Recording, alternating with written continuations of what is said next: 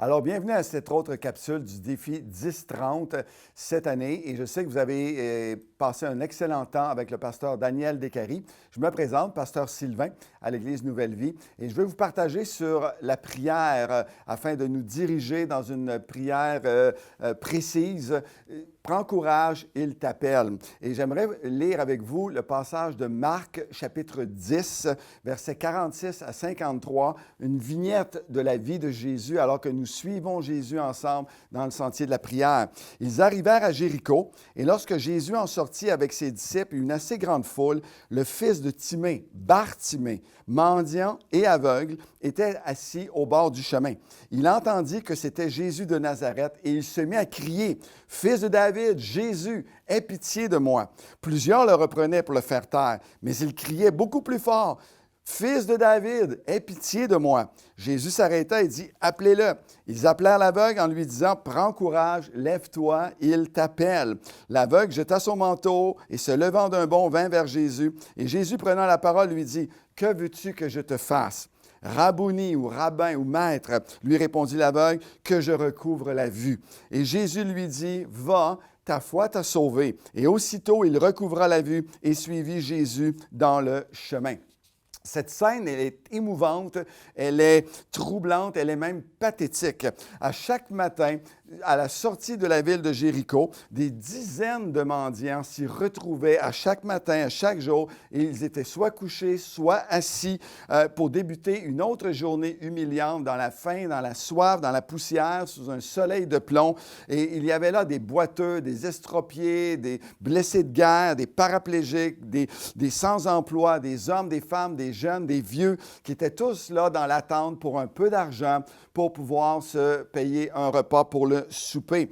Jéricho était également réputé pour ses mendiants, donc cette ville, c'est tout un paradoxe, cette ville aux palmiers et aux parfums odorants qui remplissaient l'atmosphère était aussi un lieu de rassemblement des pauvres et des mendiants. Cette première ville de Canaan qui a été conquise par Josué, le peuple d'Israël était maintenant conquise par la pauvreté, par la misère, par la violence, par la maladie et en plus par ces brigands qui ont fait la réputation de cette région et qui ont même alimenté et inspiré la parabole de Jésus sur le bon Samaritain, alors qu'il parle de ces brigands qui étaient sur le chemin de Jérusalem à Jéricho.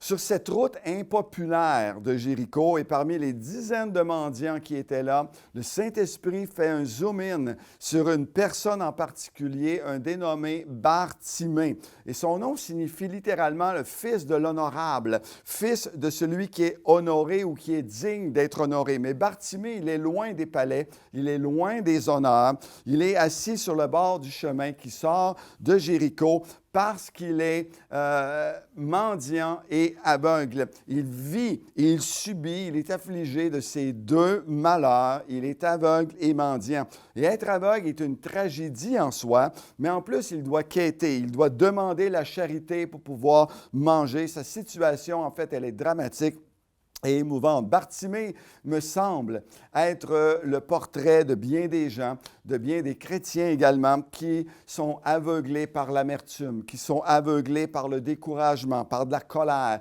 par de la jalousie, de la convoitise, par des faux raisonnements et des mensonges qu'on alimente et qui quêtent un petit peu partout autour des gens, autour d'eux, pour avoir un peu de joie, un peu d'amour, pour pouvoir survivre une autre journée. Vous savez, l'ennemi de nos âmes cherche à nous aveugler pour faire de nous des gens qui vont s'asseoir sur le bord du chemin de la volonté de Dieu pour mendier plutôt que d'avancer et même de courir dans le chemin de la volonté de Dieu. Bartimée, il est aveugle, il ne peut voir les couchers de soleil, il ne peut apprécier le blond du blé qui est prêt pour la moisson, il ne peut même plus apprécier le sourire d'un ami ou de quelqu'un qui passe.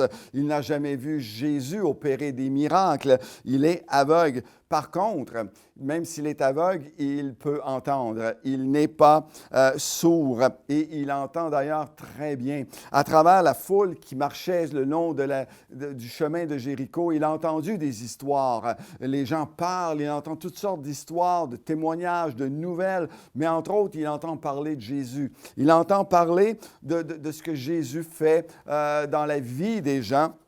Et donc, il a entendu cette histoire d'un homme qui a été guéri, qui était aveugle de naissance et qui a été guéri. Et on n'avait jamais entendu parler de ce genre d'histoire. Et je suis persuadé que Bartimée, entendant une histoire de guérison, a été ému aux larmes. Et cette histoire a rallumé une espèce de flamme dans son cœur, une flamme d'espoir. Et si c'était pour moi, et si Jésus pouvait faire la même chose pour moi, si je pouvais seulement rencontrer Jésus, moi aussi. Et Jésus est donc l'élément déclencheur de cette histoire qui va prendre un tout autre tournant, parce que sans Jésus, Bartimée aurait continué à mendier toute sa vie. Mais Jésus est venu à Jéricho, là où Bartimée se tenait à chaque matin, à chaque jour, pour quémander, pour quêter son pain. Au milieu donc d'une foule qui est animée, qui s'approchait, qui était joyeuse, Bartimée demande: mais qu'est-ce qui se passe? Qui est-ce qui s'en vient? Quelle est cette foule qui est joyeuse? Et on lui dit, c'est Jésus qui passe, Jésus de Nazareth. Wow! Ce Jésus qui avait transformé des vies passait là. Et Bartimée ne fait ni un ni deux. Et il se met à crier, Jésus, fils de David, aie pitié de moi. Parce que non seulement il n'est pas sourd, mais il n'est pas muet non plus. Et Bartimée élève la voix et il dit, c'est ma chance, c'est mon opportunité, c'est le moment que je dois saisir. Et son cri est marqué par l'intensité, par l'urgence du besoin. Il crie littéralement parce qu'il se dit, il faut, peut-être je ne sais pas où Jésus est, je ne le vois pas, mais ma voix va le trouver. Et vous savez, nous ne comprenons pas tous les rouages et les mystères de la prière. Nous ne savons pas tout ce qu'il faut faire, comment le dire, mais notre voix peut encore se faire entendre au ciel devant Dieu pour trouver Jésus. Même des gens veulent le faire taire. Mais Bartimée se met à crier encore plus fort, « Jésus, fils de David, aie pitié de moi! » Ne nous arrêtons pas d'élever notre voix devant Dieu, faire connaître notre besoin, même si la réponse n'arrive pas immédiatement, même s'il y a des voix de doute qui s'élèvent dans notre tête, qu'on puisse continuer à prier, à crier. C'est Charles Spurgeon qui disait, « Vous ne pouvez avoir vos yeux ouverts si vous n'ouvrez pas votre bouche. Ouvrez votre bouche dans la prière et Dieu ouvrira également vos yeux pour le voir. » Écoutez bien la suite. En terminant, parce que ça devient tellement excitant. Jésus dit, appelez-le. Et les gens vont vers lui et il dit, prends courage, il t'appelle. Et Dieu nous appelle à nous lever sur nos pieds, à quitter le bord du chemin où on s'est arrêté depuis trop longtemps, parce que Dieu a quelque chose de spécial, de meilleur pour nous qu'une place assise sur le bord d'un chemin, du chemin de la volonté de Dieu. Dieu a un plan glorieux pour votre vie. Nous sommes les enfants de l'honorable. Jette ton manteau de mendiant, ton manteau qui t'arrête sur le bord et qui t'identifie arrêté sur le bord du chemin. Lève-toi, va vers Jésus et viens prier devant lui.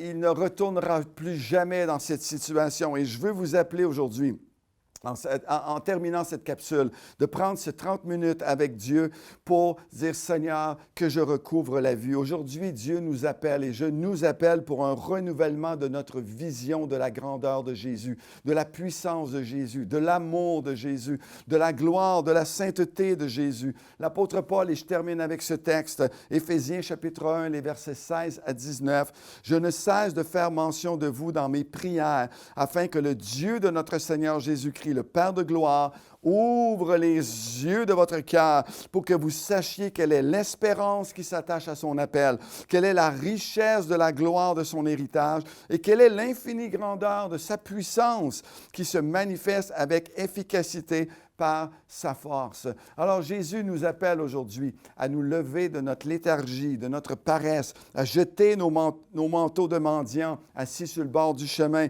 et à le suivre sur la route de sa volonté parfaite pour nos vies. Prenez quelques instants pour prier maintenant. Et s'il le faut, pour crier, Seigneur, que je recouvre la vue. Faites du lieu où vous êtes en ce moment un lieu de prière, une maison de prière pour retrouver une fraîche vision de la personne de Jésus. Prends courage, lève-toi.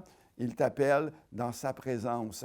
Que Dieu vous bénisse et on se retrouve pour une prochaine capsule Défi 10-30.